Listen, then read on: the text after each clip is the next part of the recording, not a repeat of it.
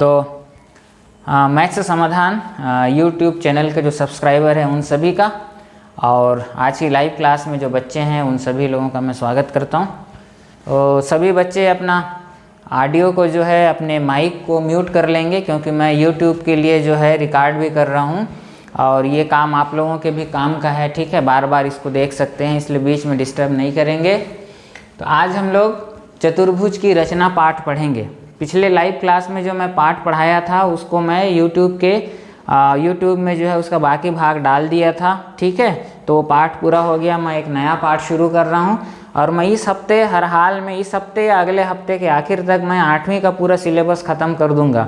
लगभग मैं 10 से 11 पाठ डाल चुका हूँ यूट्यूब में, और जो बच्चे मेरे आज पढ़ रहे हैं वो सुने जाएँ वहाँ पर, सब्सक्राइब करें, बेल आइकन को दबाएं, जब भी वीडियो डालूंगा पता चलेगा। पुराने वीडियोस पार्ट 1 से देखना शुरू करें। और मैं बता दूं कि इस साल अभी तुम लोग जो ऑनलाइन क्लासेस पढ़ रहे हो, इसमें जो सीख रहे हो उसका मूल्यांकन का काम शुरू हो गया है अक्टूबर से। तो जो लोग क्लास अटेंड कर रहे हैं उनका मूल्यांकन होगा। बाकी लोगों के बारे में मेरे पास कोई दिशा निर्देश नहीं है, तो जो नहीं कर रहे हैं अटेंड उन लोग को करने के लिए प्रेरित करो। हम लोग भी रोज़ फ़ोन करते हैं बच्चों को, और जो लोग करते हैं वो लोग हर क्लास को अटेंड करो। तो चलिए आज शुरुआत करते हैं। आज का पाठ है चतुर्भुज की रचना। पाठ का क्रमांक जो भी है उसको छोड़ दे रहा हूँ क्योंकि मेरे पास पुरानी पुस्तक है। तो आज हम चतुर्भुज की रचना दी गई शर्तों के आधार पे चतुर्भुज की रचना करेंगे। चतुर्भुज मालूम है, चतुर्भुज 4 भुजाओं से घिरी हुई एक बंद आकृति होती है। वो चाहे समांतर चतुर्भुज हो, चाहे वो वर्ग हो, चाहे वो आयत हो, चाहे सम चतुर्भुज हो, चाहे समलम चतुर्भुज हो, ठीक है। किसी भी प्रकार का चतुर्भुज हो सकता है, लेकिन ये बात पक्की है कि उसमें 4 भुजाएं होंगी, 4 कोण होंगे, ठीक है। उसके बाद 2 विकर्ण होंगे। 2 क्या होंगे? विकर्ण होंगे। इतनी सारी चीज़ें चतुर्भुज में होती है, जो कि मैं अगला वीडियो जो डालूंगा उसमें ये सारी चीज़ें चतुर्भुज के बारे में सीख जाओगे।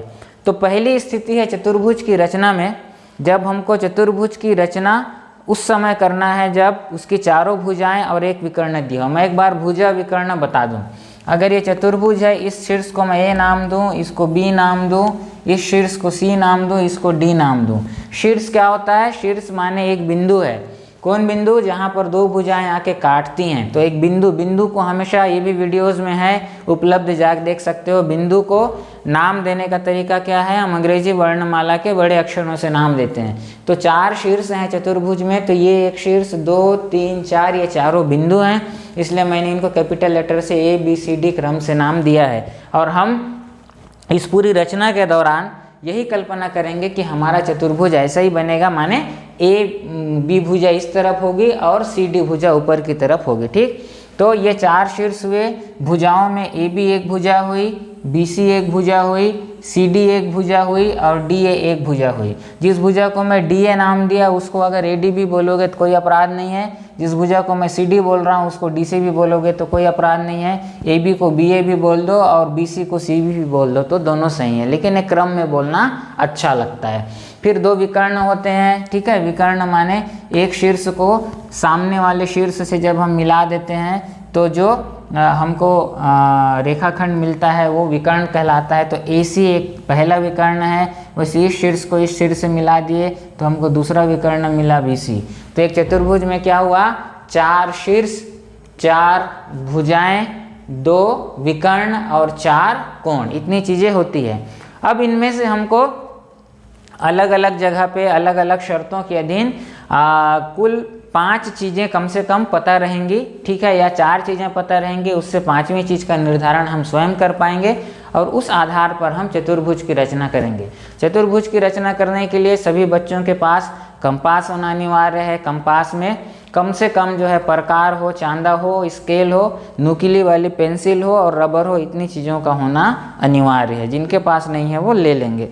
तो पहली स्थिति है चतुर्भुज की रचना की। चतुर्भुज की रचना जबकि उसकी 4 भुजाएं और 1 विकर्ण का मान दिया हो। तो चतुर्भुज की रचना जब, पहली स्थिति, जब चतुर्भुज को मैं ऐसे बना दे रहा हूँ कि चारों भुजाएं और क्या पता हो? 1 विकर्ण का मान पता हो, 1 विकर्ण ज्ञात हो, तो 5 चीज़ें हमको पता रहेंगी, क्या क्या? चारों भुजाएं और एक विकर्ण। जब ये 5 चीज़ें हमको पता होंगी तो हम चतुर्भुज की रचना किस प्रकार करेंगे वो हम यहाँ पर अब सीख रहे हैं। ऐसे 5-6 परिस्थितियों के बारे में इस अध्याय में हमको पढ़ना है। तो हम कोई भी प्रश्न या कोई भी उदाहरण से शुरू करेंगे और जो छूट जाएंगे वो काम तुम लोगों का रहेगा, मैं बच्चों से बोल रहा हूँ, बनाएंगे, ठीक है। तो उदाहरण पहला देखो, चतुर्भुज ABCD की रचना कीजिए जिसमें AB बराबर 5 सेंटीमीटर। उदाहरण 1, चतुर्भुज ABCD की रचना करना है जिसमें AB बराबर 5 सेंटीमीटर, ठीक है। BC बराबर 4 सेंटीमीटर, BC बराबर 4 सेंटीमीटर, CD बराबर 4.5 सेंटीमीटर, CD बराबर 4.5 सेंटीमीटर और AD बराबर 3.5 सेंटीमीटर और AD बराबर 3.5 सेंटीमीटर। तो इतनी चीज़ें दी हैं। अब इनमें से कौन भुजा है और कौन विकर्ण है, इस बात का निर्धारण कैसे होगा? इस बात का निर्धारण ये होगा कि हम हमेशा ये मान के चलेंगे कि हमारा चतुर्भुज इस प्रकार से होगा। इस प्रकार से मतलब दिखने में ऐसा होगा, हमेशा ये जरूरी नहीं है। किस मायने में इस प्रकार से होगा कि उसकी AB भुजा जो है नीचे होगी, BC भुजा ऐसी होगी, CD भुजा ऊपर होगी और DA भुजा साइड में होगी। माने शीर्षों का क्रम यहाँ से शुरू करके ABCD होगा। चाहे चतुर्भुज ऐसा दिखे, चाहे चतुर्भुज जो है ऐसा दिखे, लेकिन पहला शीर्ष A ही रहेगा, दूसरा शीर्ष B रहेगा, तीसरा शीर्ष C रहेगा और चौथा शीर्ष क्या रहेगा? D रहेगा। ऐसा ही हम मान के चलेंगे, ऐसा ही माना गया है। तभी जो है हमको पता चलेगा कि कौन सी दी हुई चीज़ भुजा है और कौन सी दी हुई चीज़ विकर्ण है। तो हम देखें, हमको AB दिया है 5 सेंटीमीटर, माने एक भुजा दी हुई है, ठीक है, 5 सेंटीमीटर। BC माने भी भुजा है, ये दूसरी भुजा दी गई है 4 सेंटीमीटर। CD माने 4.5 सेंटीमीटर, तीसरी भुजा दी गई है। और ठीक है, 1 2 3 और AD बराबर AD ये चौथी भुजा दी हुई है 3.5 सेंटीमीटर की। एक चीज़ और दी हुई होगी, AC बराबर 6 सेंटीमीटर, AC। तो ये AC माने ये विकर्ण।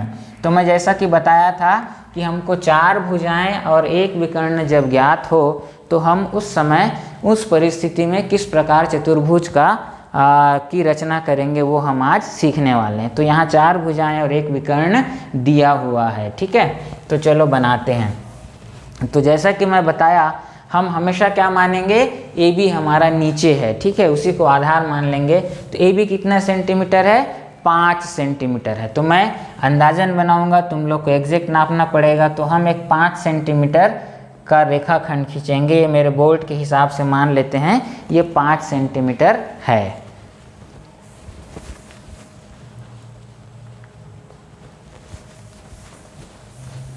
तो 5 सेंटीमीटर हम बना देते हैं, ठीक है। टेढ़ा बनेगा तो समझ जाना, क्योंकि यहाँ स्पेस नहीं है, मैं देख नहीं पाता हूँ। तो ये AB मैंने कितने सेंटीमीटर का बनाया? 5 सेंटीमीटर का बनाया। तुम लोग कैसे करके बनाओगे? स्केल में देखोगे, ये ऐसा स्केल होगा तुम्हारे पास छोटा वाला। तो तुम कहाँ से शुरू करोगे? ये स्केल में जो पहला लाइन होता है किनारे से थोड़ा अंदर की तरफ, वो 0 होता है। 0 के सीध में रखोगे और कहाँ तक ले जाओगे? जहाँ 5 लिखा होगा वहाँ तक ले जाओगे। तो ये जो बीच की दूरी बनेगी कितने सेंटीमीटर की होगी? 5 सेंटीमीटर की। उसको मिला के खींच देना, 5 सेंटीमीटर का रेखाखंड बन जाएगा। ये हमारी भुजा कौन हुई? AB हुई। अब BC, इसको हमेशा ध्यान में रखना है। ऐसे ही भुजाएं बनती जाएंगी, भले उसका स्वरूप ऐसा हो या और किसी प्रकार का हो दिखने में, लेकिन भुजाएं ऐसी ही रहेंगी, ये हमको मान के चलना है। तो अब BC, ये इसका काम हो गया। अब BC का मतलब क्या है? B बिंदु हमको यहाँ पर मिला हुआ है, माने C बिंदु कहाँ पर होगा? इन चित्रों को देखो, इस तरफ कहीं पर होगा C बिंदु, समझ रहे हो ना? देख के इधर से तो ये ए बी हुआ, तो सी किधर है, बी के ऊपर साइड में, बी के ऊपर साइड में, तो इधर भी कहाँ होगा, बी के ऊपर साइड में होगा, लेकिन कहाँ पर है हमको नहीं पता है। अब हम यहाँ पर एक नए उपकरण का उपयोग करेंगे और वो क्या है, हमारा ये प्रकार, क्या है, ये प्रकार है। अब हम प्रकार का उपयोग करेंगे, तो इस प्रकार की सहायता से हम जो है क्या करेंगे, बिंदु सी के लिए ढूंढेंगे जगह कहाँ पर है बिंदु सी। अब देखो ध्यान से, बी सी, बी और यहाँ कहीं पर सी है, ठीक है, कहाँ पर एग्जैक्ट है ये नहीं मालूम अभी, ठीक है। तो हम क्या करेंगे, जो BC की माप दी हुई है कितना, 4 सेंटीमीटर, हम 4 सेंटीमीटर इसको फैलाएंगे। कैसे करके फैलाओगे तुम लोग, ये जो नोक है प्रकार का उसको 0 में रखना। किसके 0 में रखोगे, स्केल के सेंटीमीटर साइड के 0 में रखोगे, और ये जो दूसरा वाला भाग है, ये वाला भाग, उसको कहाँ तक ले जाओगे, 4 तक ले जाओगे। तो मान लो ये 4 है, तो ये 4 तक ऐसे करके ले जाओगे बराबर। तुम्हारी पेंसिल की नोक क्या होनी चाहिए, बहुत शार्प होनी चाहिए, एकदम नुकीली होनी चाहिए, ठीक है। तो ये 4 सेंटीमीटर हम इसको फैलाएंगे, ठीक है। तो जब ये ऐसा बन जाता है तो हम इसको बोलते हैं चाप। हम क्या बोलते हैं, इसको चाप काटना बोलते हैं, और जिससे जो आकृति बनेगी वो होगा चाप। तो चाप काटेंगे, कितने सेंटीमीटर का हम चाप काटेंगे, 4 सेंटीमीटर का। क्यों 4 सेंटीमीटर का काटेंगे, क्योंकि हमको B से C के तरफ, B से C की दूरी कितनी दी हुई है, 4 सेंटीमीटर दूरी दी हुई है, लेकिन C कहाँ पर है हमको नहीं मालूम है। नहीं मालूम होने के कारण यहाँ से 4 सेंटीमीटर के दायरे में ये जो चाप जो बनने वाला है उनमें से कहीं पर भी जो है सी बिंदु होगा, जो कि बाद में हमको एग्जैक्टली पता चलेगा कहाँ पर है। तो BC चूंकि 4 सेंटीमीटर है, इसलिए प्रकार को मैं 4 सेंटीमीटर फैलाया, और अब मैं इसके नोक को, किसको, प्रकार की नोक को मैं कहाँ रख रहा हूँ, B बिंदु पर रख रहा हूँ, और ये 4 सेंटीमीटर मान लो फैला हुआ है, तो 4 सेंटीमीटर का मैं अब चाप काटूंगा। स्लिप होता है तो थोड़ा सा देखना ध्यान से, मैं चाप काटूंगा, ठीक है। ये मैंने चाप काटा, ऐसा तुम लोग भी बनाओगे। तो मैंने B से C बिंदु की दिशा में क्या किया, 4 सेंटीमीटर का एक चाप काटा।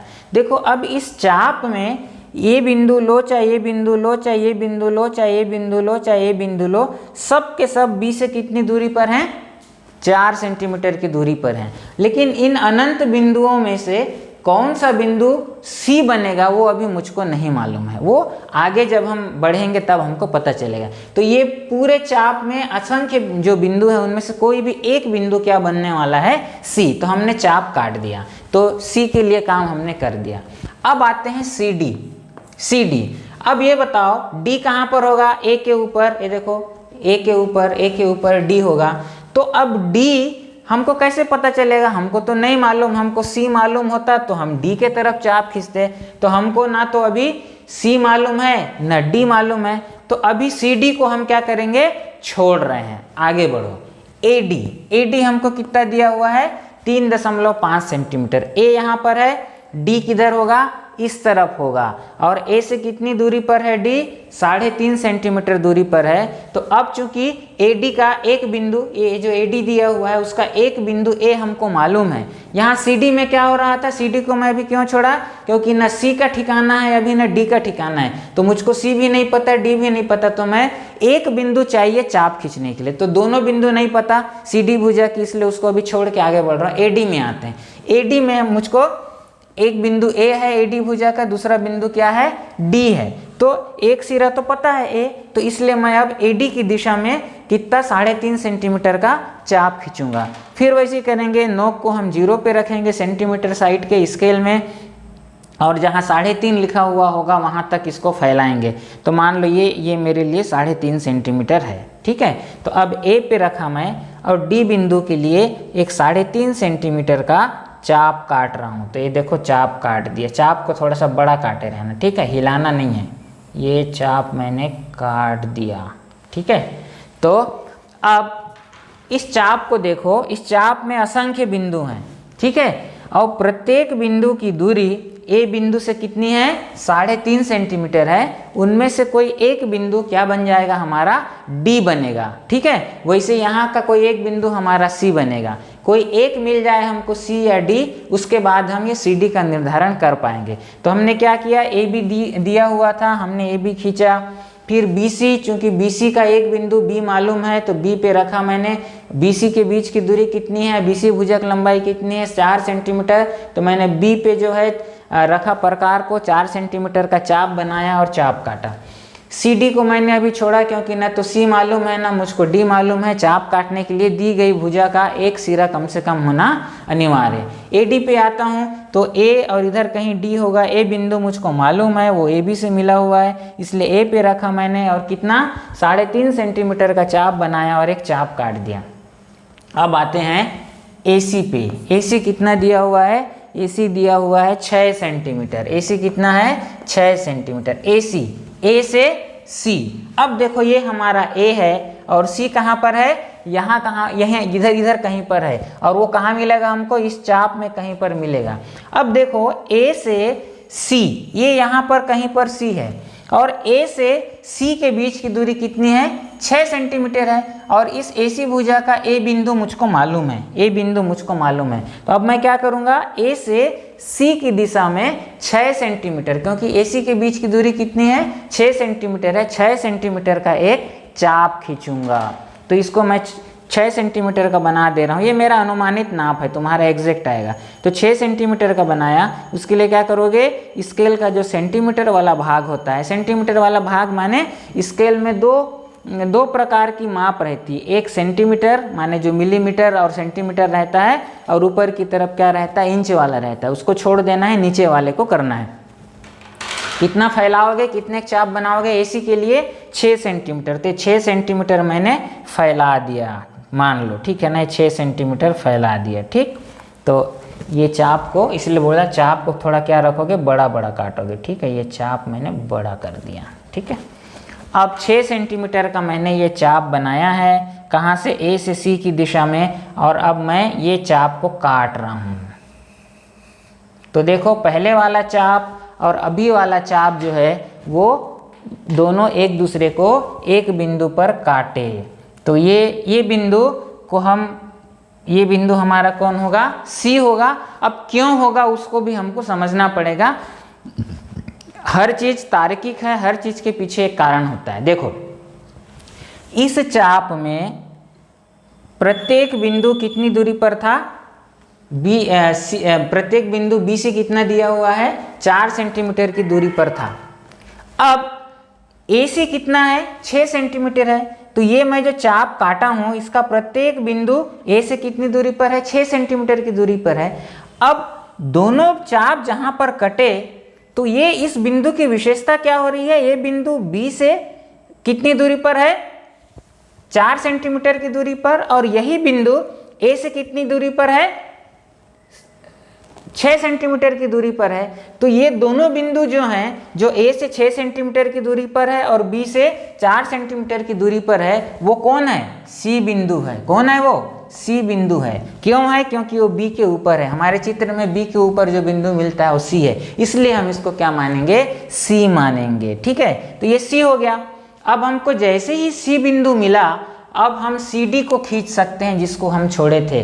तो सी मिला तो सी से डी की दिशा में, सी या सी डी के बीच की दूरी कितनी है, 4.5 सेंटीमीटर। तो जैसे ही हमको सी मिला, अब हम 4.5 सेंटीमीटर का चाप बनाएंगे। ये 4.5 सेंटीमीटर का चाप बनाया मैं, सी पर रखेंगे और डी की दिशा में, डी को ढूंढने के लिए हम कितने सेंटीमीटर का, 4.5 सेंटीमीटर का चाप काटेंगे। तो ये सी पे मैंने रखा, ये मेरा 4.5 सेंटीमीटर है और इस तरीके से मैंने चाप काट दिया।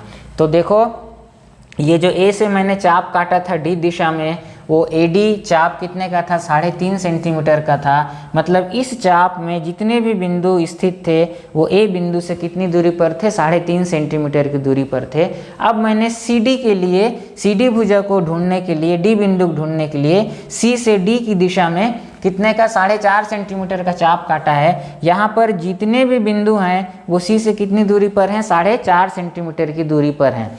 लेकिन जिस जगह पे दोनों चाप कटे हैं उस बिंदु की एक विशेषता है। वो विशेषता ये है कि ये बिंदु सी से कितनी दूरी पर है, 4.5 सेंटीमीटर पर है, और ए से कितनी दूरी पर है, 3.5 सेंटीमीटर की दूरी पर है। और जो बिंदु सी से 4.5 सेंटीमीटर दूर है और ए से 3.5 सेंटीमीटर दूर है, वो हमारा कौन सा बिंदु है? डी बिंदु है। कौन सा बिंदु है? डी बिंदु है। इसलिए इन दोनों चापों का जो कटान बिंदु होगा वो हमारा कौन हो जाएगा? डी हो जाएगा। अब हमको ए, बी, सी, डी चारों बिंदु मिल गए हैं। अब इनको हम स्केल की सहायता से मिला देंगे। स्केल की सहायता से मिला दिए। ए डी भुजा हो गई, ये सी डी भुजा हो गई और ये बी सी भुजा हो गई।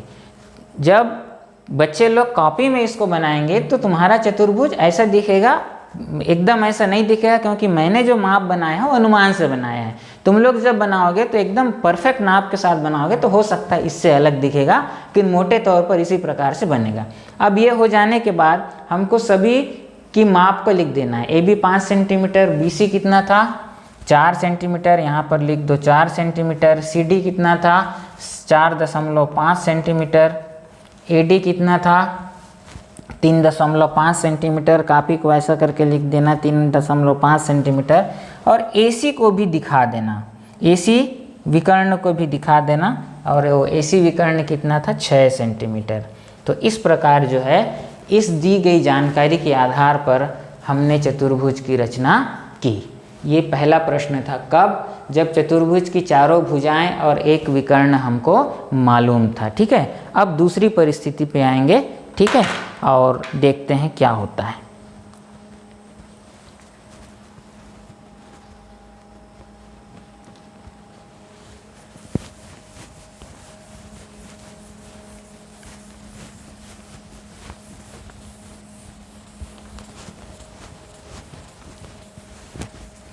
मैं इसी पे ही एक प्रश्न बना के और दिखाऊंगा। तो अब अगला प्रश्न बना देता हूँ मैं प्रश्नावली से बना देता हूँ। ठीक है, तो ये देखो प्रश्नावली 11.1 में एक प्रश्न दिया हुआ है। चतुर्भुज ABCD की रचना करो जिसमें AB बराबर 4 सेंटीमीटर। पहला प्रश्न, AB बराबर 4 सेंटीमीटर, BC बराबर 3.1 सेंटीमीटर, BC बराबर 3.1 सेंटीमीटर, CD बराबर 3 सेंटीमीटर, CD बराबर 3 सेंटीमीटर, AD बराबर 4.2 सेंटीमीटर, 4.2 सेंटीमीटर और AC बराबर 5 सेंटीमीटर, AC बराबर 5 सेंटीमीटर। तो देखो चतुर्भुज अगर हमारा ऐसा होगा, ठीक है, चतुर्भुज अगर हमारा ऐसा होगा तो यहाँ A लेंगे हम, यहाँ B लेंगे, यहाँ C लेंगे, यहाँ D लेंगे। तो AB भुजा हो गई, BC भुजा हो गई, CD भुजा हो गई, AD भुजा हो गई और AC विकर्ण। तो हमको फिर ये चारों भुजाएं और एक विकर्ण ज्ञात है और हमको क्या करना है, हमको जो है चतुर्भुज की रचना करनी है। ठीक है, तो चलो फिर से हम क्या करेंगे, रचना करते हैं। तो AB कितना दिया हुआ है? 4 सेंटीमीटर दिया हुआ है। तो हम 4 सेंटीमीटर, आप लोग स्केल से नाप के खींचेंगे, मैं अनुमान से खींच रहा हूँ। मान लो ये मेरे लिए 4 सेंटीमीटर है। AB बराबर 4 सेंटीमीटर मैंने खींचा। क्यों यहाँ पर खींचा? क्योंकि हम ये मान के चल रहे हैं हमारा चतुर्भुज उस प्रकार से भुजाएं उसकी उस तरीके से होंगी। AB नीचे, CD ऊपर। ठीक है, BC दाईं तरफ और AD बाईं तरफ। अब AB 4 सेंटीमीटर हुआ, यहाँ पर लिख दो 4 सेंटीमीटर। BC, B और इधर का कौन होगा? C बिंदु होगा। तो BC के बीच की दूरी कितनी है? 3.1 सेंटीमीटर। लेकिन हमको C जो है अज्ञात है, तो हम क्या करेंगे, एक चाप खींचेंगे B से C की दिशा में। कितने त्रिज्या का चाप लेंगे? 3.1 सेंटीमीटर का। तो चाप बनाने के लिए कौन सा उपकरण यूज होता है? प्रकार। इसको हम कितना फैलाएंगे? 3.1 सेंटीमीटर। तो मान लो ये 3.1 सेंटीमीटर फैलाया, मैं B बिंदु पर रखा। ठीक है, और मैंने क्या किया, एक चाप काट दिया, एक चाप काट दिया। बड़ा रखना चाप को। ये चाप मैंने काटा। कितने का काटा? 3.1 सेंटीमीटर का। क्यों काटा? क्योंकि BC भुजा की लंबाई कितनी है? 3.1 सेंटीमीटर है। अब CD पे आते हैं। CD भुजा की लंबाई 3 सेंटीमीटर है, तो मुझको अभी सी नहीं मालूम है ना डी नहीं मालूम है। मैं बताया हूँ चाप काटने के लिए दी गई भुजा का एक बिंदु पता होना चाहिए, ठीक है। तो दोनों बिंदु पता नहीं है, हम CD को अभी क्या कर रहे हैं, छोड़ के आगे बढ़ रहे हैं। AD पे आओ, तो AD माने A और D बिंदु, D शीर्ष ऊपर की तरफ होगा, ठीक है। तो AD कितना है, 4.2 सेंटीमीटर। इस भुजा का एक शीर्ष A मुझको मालूम है, एक सिरा मालूम है, तो क्या करूँगा मैं, चतुर्भुज के लिए शीर्ष हो जाएगा, भुजा के लिए सिरा हो जाएगा, ठीक है। तो एक सिरा मालूम है A, तो मैं AD के लिए कितना करूँगा, 4.2 सेंटीमीटर का चाप बनाऊँगा। तो ये 3.1 था, तो मैं 4.2 मान लो इतना है, ये मैं बनाया और A पे रखा नोक को और पेंसिल वाला भाग ऊपर रहा और मैंने एक चाप बना दिया। दोनों चाप को काटना नहीं है, चाप मैंने बना दिया, ठीक है। कितने का बनाया, 4.2 सेंटीमीटर का बनाया, क्योंकि AD भुजा की लंबाई 4.2 सेंटीमीटर दी हुई है।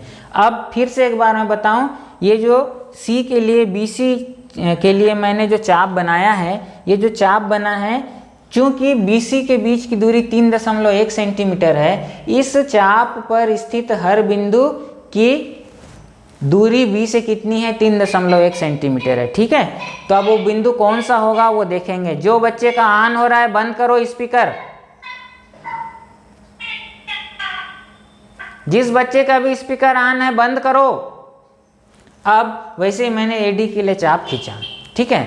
अब AC के बीच की दूरी कितनी है, 5 सेंटीमीटर है। A यहाँ पर हुआ और C यहाँ कहीं पर है, तो A पे रख के मैं कितने सेंटीमीटर का चाप खींचूंगा, 5 सेंटीमीटर का चाप खींचूंगा। तो 5 सेंटीमीटर का चाप, ये मैंने 5 सेंटीमीटर बनाया, A पे रखा, C दिशा में मैंने चाप काटा, तो ये कट गया। ये जो कटान बिंदु है वो कौन हो जाएगा, C हो जाएगा। कटान बिंदु कौन हो जाएगा, C हो जाएगा। अब जैसे ही मुझको C बिंदु मिला, अब मैं क्या करूँगा, CD पे आऊँगा और CD 3 सेंटीमीटर का है, ठीक है। तो मैं C पे रखूँगा और 3 सेंटीमीटर की चाप काटूँगा D दिशा में। तो 3 सेंटीमीटर का बना लो। कौन स्पीकर ऑफ है उसको ऑन है, ऑफ करो। भाई समझते क्यों नहीं हो, रोज क्लास अटेंड करते हो, बोलता हूँ ना स्पीकर ऑफ रखो। तो 3 सेंटीमीटर का मैं चाप बना रहा हूँ।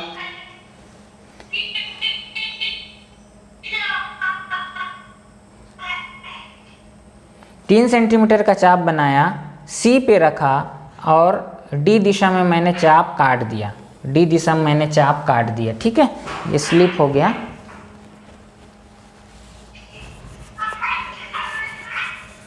नाम भी देखना तो कौन है, हाँ उसका म्यूट करो उसको। 3 सेंटीमीटर का मैं चाप काट रहा हूँ। तो 3 सेंटीमीटर का चाप काटा, दोनों चाप जहाँ पर कटे वो क्या हो गया, बिंदु D हो गया। बिंदु कौन हुआ, D हुआ। अब हमको चारों बिंदु मिल गए हैं, मिला दो। A से D, ये C और D, और ये B और C, ये चार सभी बिंदुओं को मिलाए तो इस प्रकार हमारा चतुर्भुज हमको मिला। अब चतुर्भुज की भुजाओं की माप लिख दो। BC कितना, 3.1 सेंटीमीटर, CD कितना, 3 सेंटीमीटर, AD कितना, 4.2 सेंटीमीटर, और AC कितना, 6 सेंटीमीटर। AC कितना, 6 सेंटीमीटर। इस प्रकार जो है चतुर्भुज की रचना हुई। भाई जिनका भी स्पीकर ऑन है ऑफ कर दो, क्यों नहीं सुनते हो? मैं बता रहा हूं ना, मैं YouTube के लिए भी वीडियो बना रहा हूं।